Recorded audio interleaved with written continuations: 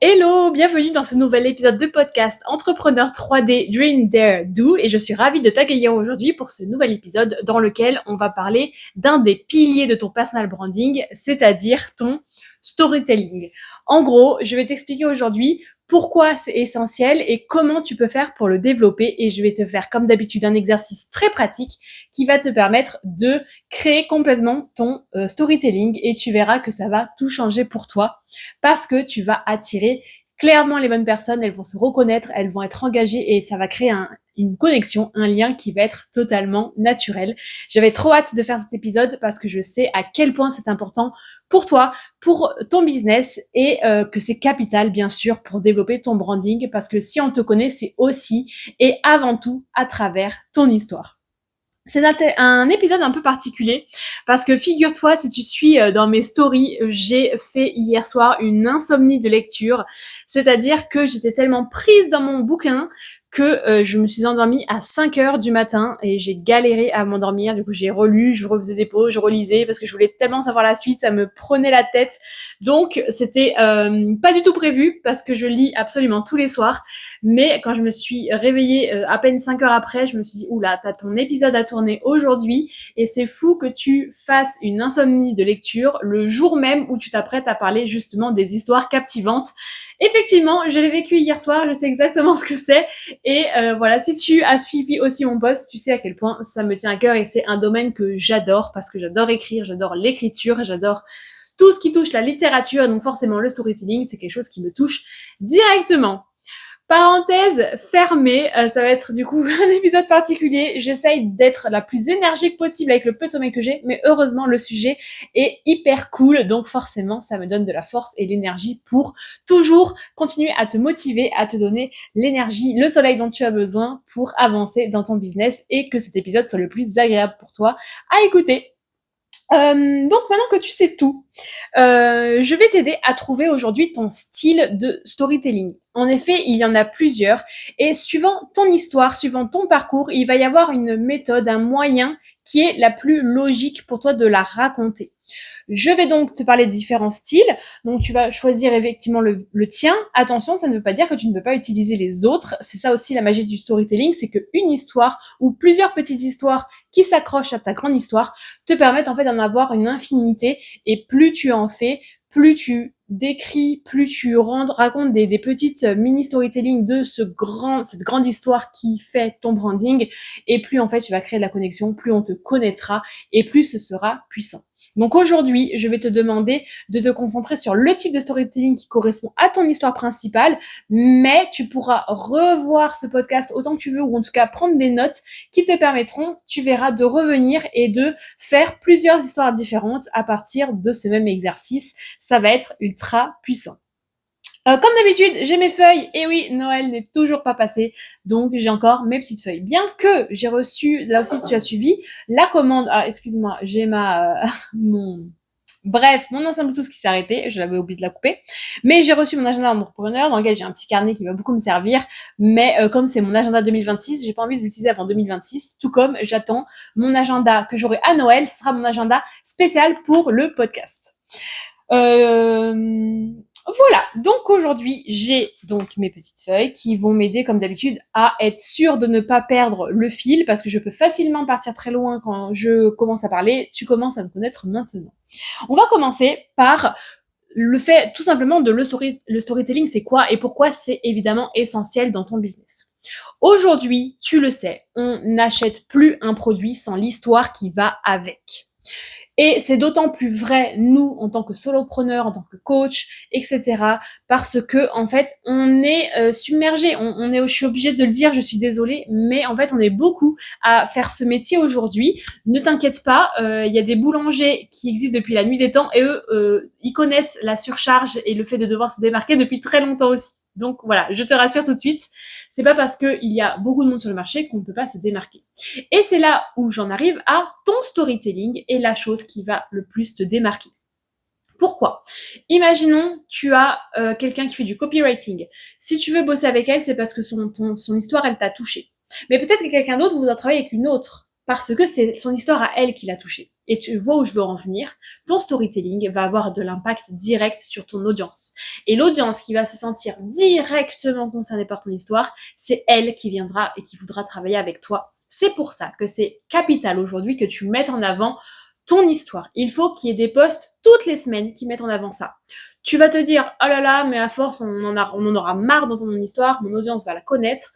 Non, puisque justement, tu vas jouer sur différentes façons de la raconter, mais les gens n'ont pas que toi à regarder, et là aussi, je vais te cash, il y a beaucoup de gens à regarder, donc forcément, il y a des parties de ton histoire qu'on n'a pas forcément suivies, que ça fait toujours bien du bien à réentendre, et des manières de raconter qui peuvent toucher différemment suivant la personne, suivant ses émotions aussi à elle du moment. Donc, toutes les semaines, c'est quelque chose qui va absolument devoir revenir. Tu vois, je me suis déjà éparpillée. En gros, ton storytelling, ça va donc créer une intention.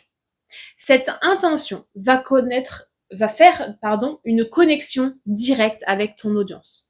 On va sentir ton histoire, on va savoir ce que tu veux raconter, et en fait, c'est là où une partie de ton histoire va peut-être résonner dans la personne, ça va la toucher, et c'est ça qui va lui dire, ah, cette personne-là, j'ai envie de la suivre, elle m'inspire, ou alors je sais que son parcours me touche parce que c'est un parcours que j'ai similaire, ou je connais quelqu'un qui vit ça, ou en tout cas, ce sont des émotions et des valeurs qui me touchent. Et donc, naturellement, ton storytelling va créer une connexion immédiate. En fait, quand tu crées une histoire, tu vas tout simplement créer une proximité. On va voir ton humanité, on va voir ta sincérité, et c'est ça qui va en fait te démarquer tout simplement, parce qu'en fait on va voir les petites failles entre guillemets mais qui fait qu'en fait on s'attache, et c'est ça en fait qui fait qu'il y a une connexion, parce qu'on ne peut pas s'attacher à quelqu'un qui est totalement lisse et parfait. On a besoin, nous humains, d'être touchés et que des émotions viennent à nous, etc. Donc en fait, ça va créer une image de toi qui est humaine, mais surtout mémorable. Parce qu'on ne va pas se souvenir du post de la semaine dernière où tu nous as gracieusement expliqué comment on faisait telle chose. Mais par contre, on va se rappeler quand tu nous as raconté qu'une fois, il t'est arrivé telle chose et que ça t'a marqué. Ça nous touche, ça touche directement à l'humain, et c'est ce qui va faire que ton compte va devenir mémorable. Donc en fait, aujourd'hui, tu sais, on s'attache à la personne parce que on la connaît, parce qu'il y a un lien qui s'est créé, et c'est en ça que ton storytelling est un outil surpuissant pour ton branding et pour le fait qu'on s'accroche à toi et qu'on ait envie de te suivre. Mais là, je pense que tu l'as bien compris. Deuxième chose, le storytelling, c'est un outil de vente incroyable. Parce qu'en fait, une fois qu'on connaît ton histoire, une fois qu'on sait qui tu es, qu'on s'attache à toi, eh bien naturellement, on aura envie de travailler avec toi parce qu'on a l'impression de te connaître. Comme tu nous as partagé un peu de toi, nous, on a envie de venir vers toi. De ce fait, en fait, tu n'auras plus besoin de convaincre absolument en appel, parce que la personne, elle sait qui tu es, elle a été touchée par ton histoire, elle connaît ta valeur, et donc, si elle a envie de te rejoindre, elle te rejoindra. Et donc, tu passes à une vente où tu dois insister, où tu dois faire tout ton exercice d'appel de vente par cœur, il faut absolument que tu creuses la personne, alors que logiquement, si ton storytelling est bon, si ton branding est bon, tu n'as pas besoin de creuser 150 ans. À chaque fois, l'appel devrait être fluide et aller droit au but. Je prends encore une fois mon exemple, mes appels découvertes ne durent jamais plus de 10-15 minutes.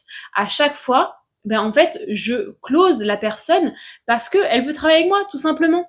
Et parce qu'elle sait que c'est moi qui va lui apporter ce dont elle a besoin. Donc en fait, je lui explique les modalités, on parle de ses besoins, évidemment je creuse un petit peu sur ses besoins, etc., voir à quel point je peux l'aider ou non, parce qu'on peut pas aider tout le monde, et si je n'étais pas la bonne personne à qui m'adresser, je la redirigerai vers quelqu'un d'autre. Mais en tout cas, si on voit que la connexion est là, si elle veut travailler avec moi, si les modalités lui vont et que je sais à quel point je peux l'aider, et dans ce cas, la vente est fluide. Donc en fait, ton storytelling, il va vendre avant même que tu fasses un appel, parce qu'il crée un lien de confiance qui est indestructible. Et c'est en ça aussi que c'est ultra important. Donc ton storytelling attire, ton storytelling te rend mémorable, et il vend à ta place. Donc tu l'as compris, tu ne dois pas le rater. C'est toute ta crédibilité, c'est toute la confiance, et c'est toute l'envie de ton prospect qui se joue à ce moment-là. Je continue. Ah non, je voulais te donner un exemple, je l'ai vu noter. Par exemple, donc tu vas voir en quoi ça vend avant toi. J'ai pris cet exemple-là parce que il y a un peu plus d'un an maintenant, j'ai ouvert mon entreprise, comme tu le sais, donc j'ai dû choisir une banque. Quelle banque j'ai choisi? En fait, j'avais le choix entre la banque que j'ai tous les jours, donc qui me va, etc. J'ai le choix entre une banque professionnelle, c'est-à-dire des banques du style Conto, du style Revolut, des banques qui sont très axées pro, rapidité, pas de frais bancaires, tu peux aller à l'étranger. Donc en fait, ils jouent sur ces modalités-là. Et j'ai découvert une banque qui, elle, par contre, partait du principe que, en fait, elle voulait investir l'argent qui tourne dans sa banque pour des projets qui sont éco-responsables, qui respectent l'environnement, etc. De là, je n'ai pas eu besoin d'être prospectée, je n'ai pas eu besoin d'avoir un appel avec la personne. C'est le message qui m'a capté. Est-ce que je veux ma banque de tous les jours? C'est-à-dire une banque lambda française qui met de l'argent dans le pétrole, littéralement. Est-ce que je veux une banque qui est en ligne, mais qui, pareil, je sais que je ne sais pas trop où va mon argent, je sais que il y a beaucoup de monde, est-ce que je vais pouvoir ressortir de là, qu'est-ce que je vais pouvoir en prendre? Ou alors une banque qui est éco-responsable et qui touche directement mes valeurs. Eh bien, j'ai choisi la dernière, celle qui touche à l'environnement. Est-ce que cette banque est mieux que les autres pour le professionnel? Bon, mis à part que j'ai pas de frais à l'étranger, globalement, je paye un abonnement tous les mois, les virements sont un peu longs, mais en fait, je me suis pas arrêtée à ça. C'est le message qui m'a captée. C'est une banque qui est bonne, mais dont les valeurs m'appellent. J'ai pris cette banque. J'ai pris la banque dont le message m'appelait, dont les valeurs m'appelaient. Donc tout simplement, ton storytelling va faire le même travail que la pub de ces 3 banques différentes, comme tu le vois. Maintenant, je vais donc pouvoir te dire quels sont les 4 grands types de storytelling. Là déjà, juste avec les titres et comment je vais te les expliquer, tu vas pouvoir sentir si c'est ton style à toi, si c'est ton vécu à toi, et ça va t'aider à choisir lequel des 4 correspond à ton grand storytelling. Encore une fois, tu as ton grand storytelling, c'est-à-dire l'histoire de base sur laquelle tu te bases, j'ai envie de dire. Et après, c'est des petites histoires, des micro-histoires qui sont en lien avec celle-ci qui vont venir se raccrocher. Donc, ça va renforcer ton message et ça va permettre de te dire, je ne raconte pas toujours la même chose. Je t'épingle une autre chose avant de commencer ça. C'était exactement le titre de mon carrousel du jour. Tu as des choses à raconter. Ne pense pas que ton storytelling est nul, que tu n'as rien à raconter, que tu n'as rien de différent des autres, que tu n'as rien d'extraordinaire. Ton storytelling n'a pas besoin d'être incroyable. Tu n'as pas besoin d'être né dans la rue et d'avoir d'un coup devenir millionnaire pour attirer l'attention. Bien sûr que non. On est tous humains, on a tous un vécu différent. Il y a des histoires qui sont plus profondes que d'autres. Il y a des histoires qui vont être plus marquantes, qui vont être plus difficiles que d'autres. Mais c'est pas parce que t'as eu la vie lambda, une vie où t'as pas trop eu de galères globalement, qu'en fait t'as rien à raconter. Moi-même, je m'estime être une personne très chanceuse. Je n'ai jamais eu de gros problèmes dans ma famille. Il y en a toujours, on est d'accord. Mais globalement, j'ai eu une enfance très heureuse. J'ai des parents super qui sont toujours ensemble. J'ai mon chéri depuis plus de 14 ans. Enfin, globalement, tout va bien dans ma vie. Mais il s'avère que j'ai fait un burn-out et ça m'a marqué. Et c'est des choses qui m'ont marqué. C'est des choses qui ont fait que je suis passée de la fille timide à la fille qui aujourd'hui ose et qui fait son podcast. Et en fait, cette histoire, elle est pas extraordinaire, t'es bien d'accord avec moi. Mais par contre, elle peut être touchante, elle peut parler à des personnes, et notamment à des femmes, parce que tu sais que la confiance en soi, c'est un problème qui revient souvent chez nous. Et on est toutes quasiment à jamais se dire, je suis ultra confiante en moi. Et ça, j'en ai fait mon cheval de bataille, de par l'histoire que j'ai vécue. Tu vois, en fait, il y a forcément quelque chose dans ton histoire qui a fait qu'aujourd'hui, tu as ton business, qu'aujourd'hui, tu t'es donné cette mission. Et c'est ça qu'il faut que tu viennes chercher. Qu'est-ce qui, dans ton histoire, a fait que tu en es là aujourd'hui? Et ce sera la chose la plus puissante que tu pourras ressortir dans ton image et dans ton message de ta marque et ton positionnement. On commence maintenant. Donc, première catégorie, premier type de storytelling, il y a le storytelling identitaire. Celui-là, en fait, il part de toi, de ton histoire, de ton parcours. Qu'est-ce qui t'est arrivé dans la vie qui a fait qu'aujourd'hui tu en es là? Globalement, moi, j'ai un storytelling qui est identitaire. J'ai fait un burn-out. De cette expérience, il m'est arrivé ci et j'en suis arrivée à faire le métier de mes rêves, à être entrepreneur, à prendre confiance en moi. Et aujourd'hui, je veux aider les femmes à elles aussi se faire confiance. Donc, tu vois, j'ai tout tiré de mon identité, de qui je suis, quel parcours fait que je suis arrivée là. Ensuite, tu as le storytelling qui est transformationnel. Donc là, c'est si tu as connu un point A à un point B. Le mien, il touche un petit peu ça aussi. Tu vois, il n'est pas obligé d'être dans une case seulement. mais va vers celui qui tu penses être vraiment le gros socle, et après bien sûr tu peux piocher un peu à droite. Moi par exemple le mien il est un petit peu transformationnel, quand on touche à je ne me fais pas confiance et maintenant je me fais confiance. Donc en fait dans la transformation, tu vas expliquer quelle est l'évolution que tu as connue. Qu'est-ce qui a fait qu'aujourd'hui tu as traversé des choses qui t'ont conduite à changer, à évoluer. C'est beaucoup j'ai pris conscience de, c'est beaucoup de mon avant-après. Tu vois, c'est ce genre de storytelling-là. J'étais comme ça, aujourd'hui je suis comme ça. Et ça aussi c'est très puissant. De toute façon ils le sont tous, tu le verras. Donc n'importe lequel type te correspond le plus, tu verras que c'est ultra puissant. Troisième type, il y a la conviction. Il y a peut-être quelque chose dans ton parcours, ou en tout cas il y a quelque chose qui a fait que un élément, et c'est ton business aujourd'hui, était capital pour toi. Si je reprends l'exemple de la banque, l'environnement pour moi c'est important. J'en ai pas fait mon métier, mais par contre, j'essaye de contribuer à ça. Mais par contre, tu peux être une personne aussi dont vraiment l'environnement c'est le cheval de bataille, tu vois. J'ai une amie entrepreneur, c'est ça. Donc en fait, elle a ce storytelling de conviction. Elle est convaincue qu'elle a une mission à accomplir. Elle est convaincue il est capital pour elle d'aider le monde A, d'aider ces personnes A. Et en fait, c'est ses valeurs qui sont au centre de son storytelling. J'ai vu ça, et bien maintenant j'en fais mon cheval de bataille. Elle parle de combat, elle parle de ses valeurs, elle parle en fait de toutes les convictions qu'elle a profondément et qui aujourd'hui lui font dire que son métier, sa mission, c'est ça, parce que elle pense ça. Donc si tu te reconnais dans ce storytelling, c'est là où tu vas aller et c'est là où tu vas mettre le paquet pour ton histoire. Et enfin, la dernière catégorie, la quatrième, c'est le storytelling de contexte, de scène. Tu as peut-être vécu une scène, une histoire qui aujourd'hui résonne pour toujours. Imaginons, tu étais vendeuse dans un magasin et là, une cliente t'a fait telle remarque. Et là, tu te dis, mais si elle m'a fait cette remarque, c'est peut-être que ce n'est pas la seule à le penser. Et en fait, de cette scène-là, de ce moment précis de ta vie, donc sur une journée, des fois ça peut être sur 10 minutes de ta vie, tout a changé pour toi. Et de ce moment-là, tu en as fait ta mission de vie. Et donc en fait, là on est vraiment dans un storytelling où ça a été vraiment un gros déclic fort par une expérience précise, par un moment précis de ta vie qui t'a conduit là. J'espère que tu as bien compris la différence entre les quatre. Encore une fois, si t'es aussi entre deux, entre trois, ça peut être normal parce que forcément on est humain et on a une vie qui n'est pas forcément qui suit un message, une histoire particulière. Mais en tout cas, tu dois sentir qu'il y en a quand même un qui prend le dessus, un qui est plus important dans le message que tu as envie de transmettre et qui fait en fait ton storytelling aujourd'hui. Je vais donc maintenant te dire l'exercice que tu vas faire. Maintenant que tu sais quel est le principal type de storytelling qui te correspond, tu vas le choisir.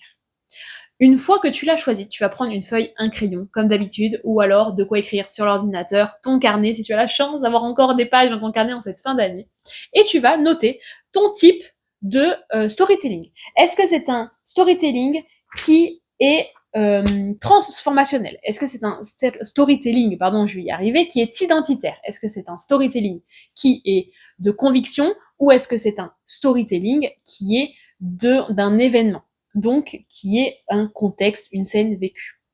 Tu le notes. Une fois que tu l'as noté et que tu l'as choisi, en fait, tu vas raconter cet événement, tu vas raconter cette transformation, tu vas raconter cette histoire.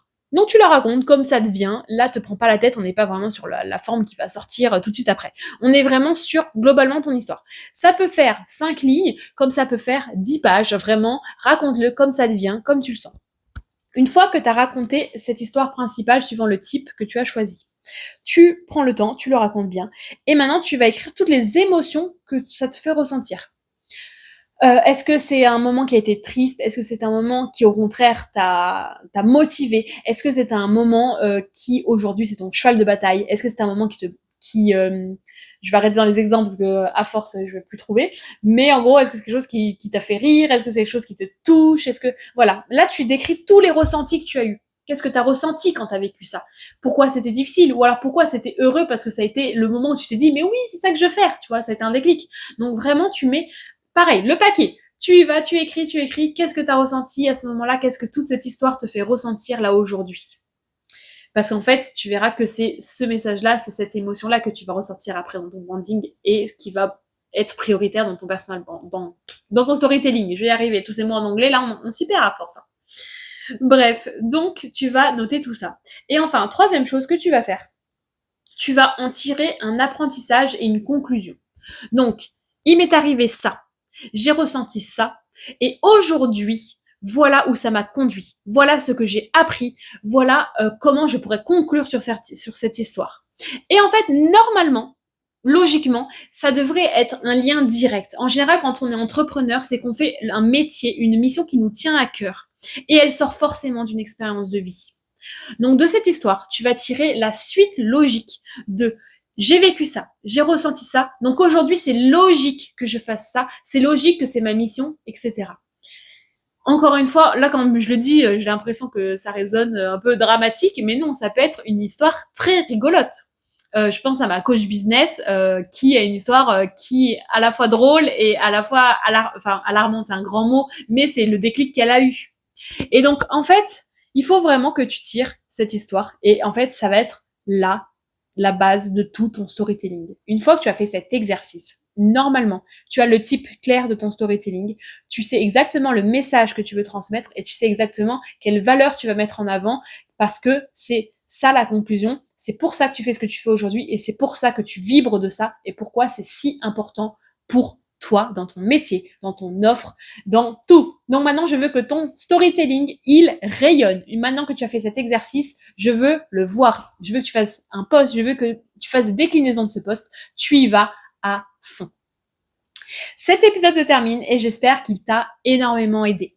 Comme tu le sais, dans mon accompagnement Dream Dare Brand, bien évidemment que le storytelling, c'est quelque chose qu'on va creuser encore plus et on va prendre le temps de faire toutes ces histoires ensemble et de le travailler parce que c'est vraiment le cœur, un des atouts majeurs de ton personal branding. Donc, si c'est quelque chose qui t'intéresse et que tu sens que tu as vraiment envie de avoir une stratégie d'acquisition qui tourne autour de ton branding, de ton storytelling, eh bien, n'hésite pas à m'envoyer un message ou en tout cas à suivre l'avancée de cette aventure. Ça réouvre en 2026. Je vais te dévoiler tout ce que j'ai pensé dans cette fin d'année. Ça va être trop bien. Et bien sûr, si tu as besoin de photos, sache que j'ai mes cartes cadeaux de Noël qui sont dispo. Alors ne les oublie pas. Vraiment, tu peux pas passer à côté. Si tu sais que tu veux faire un shooting en 2026, tu ne peux pas passer à côté de mes cartes de Noël parce qu'après, déjà le prix augmentera logiquement après janvier. Et en plus de ça, c'est un super cadeau que tu peux t'offrir. Donc vraiment, parle-en à ton entourage et dis-leur que un moment shooting avec moi, ça serait trop cool pour 2026 pour développer ton business. Donc n'oublie pas tout ça. En tout cas, moi j'ai été trop heureuse comme d'habitude de faire cet épisode avec toi. J'espère que aujourd'hui, après cet exercice, après cet épisode, tu sais enfin comment créer un storytelling qui est puissant, impactant. N'oublie jamais que c'est un des points hyper importants de ton personal branding. Je vérifie pour être sûre que je n'ai rien oublié, mais non, je n'ai rien oublié. Donc maintenant, je te retrouve en post. N'hésite pas à m'envoyer le post que tu as fait, n'hésite pas à me dire « Ah tiens, regarde, ça y est, j'ai fait mon storytelling ». Je serais trop contente de voir l'exercice fait, ou en tout cas le résultat de l'exercice, et d'y réagir. Donc vraiment, n'hésite pas. Encore merci d'avoir écouté cet épisode. Je te retrouve la semaine prochaine dans le podcast Entrepreneur 3D Dream Dare 2, avec toujours plus de conseils photos, de motivation, de business, et on se retrouve là-bas. Salut!